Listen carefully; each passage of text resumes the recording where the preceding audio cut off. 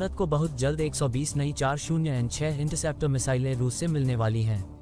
इनका इस्तेमाल भारत के एयर डिफेंस सिस्टम सुदर्शन चक्र में किया जाएगा। दोस्तों, आप भी इंडियन आर्मी लवर हो तो इस वीडियो को आप अंत तक देखें और लाइक सब्सक्राइब जरूर करें। इनके आने से पाकिस्तान की तो हिम्मत तक नहीं होगी कि वो आंख उठाकर भी देखे, क्योंकि इस इंटरसेप्टर मिसाइल की स्पीड और रेंज बेहद ज़्यादा घातक है। रूस ने भारत को 120 लंबी दूरी की इंटरसेप्टर मिसाइल देने को कहा है। ये मिसाइलें सतह से हवा में मार करती हैं। ये फैसला रूस ने प्रधानमंत्री नरेंद्र मोदी की मॉस्को यात्रा के बाद लिया है। ये मिसाइलें भारत के पास मौजूद रूसी air defence system S-400 Triumph में लगाई जाएंगी, जिनका नाम बदलकर अब सुदर्शन चक्र रख दिया गया है। 120 और इंटरसेप्टर मिसाइलों को मिलने के बाद भारत को पाकिस्तान और चीन की तरफ से पैदा की जाने वाली दिक्कतों का सामना करने में परेशानी नहीं होगी। सुदर्शन चक्र एयर डिफेंस सिस्टम में 40N6 इंटरसेप्टर मिसाइलें लगती हैं। ये मिसाइल किसी भी तरह के हवाई हमले को हवा में बर्बाद कर सकते हैं, चाहे जितनी भी गति क्यों ना हो। ये कम ऊंचाई पर उड़ रहे टारगेट्स को भी निशाना बना सकती हैं, जैसे हेलीकॉप्टर्स और ड्रोन्स या फाइटर जेट्स। सुदर्शन चक्र को वायुसेना के अवाक्स विमानों और सिस्टम के साथ जोड़ दिया गया है, ताकि उनके राडार में जब भी दुश्मन दिखाई दे, सुदर्शन चक्र अपने आप एक्टिव हो जाए, जरूरत पड़ने पर हमला बोल सके। पाक की पूरी F-16 फ्लीट को कर सकता है खत्म।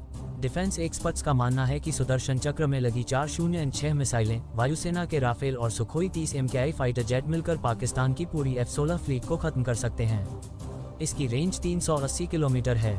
इसकी वजह से भारत का एयर डिफेंस सिस्टम काफ़ी ज़्यादा मजबूत हो जाएगा।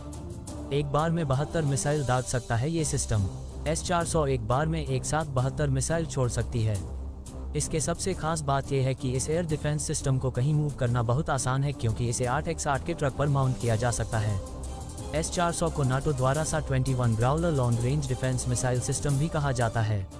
-50 डिग्री से लेकर -70 डिग्री तक तापमान में काम करने में सक्षम इस मिसाइल को नष्ट कर पाना दुश्मन के लिए बहुत मुश्किल है, क्योंकि इसकी कोई फिक्स पोजीशन नहीं होती, इसलिए इसे आसानी से डिटेक्ट नहीं कर सकते।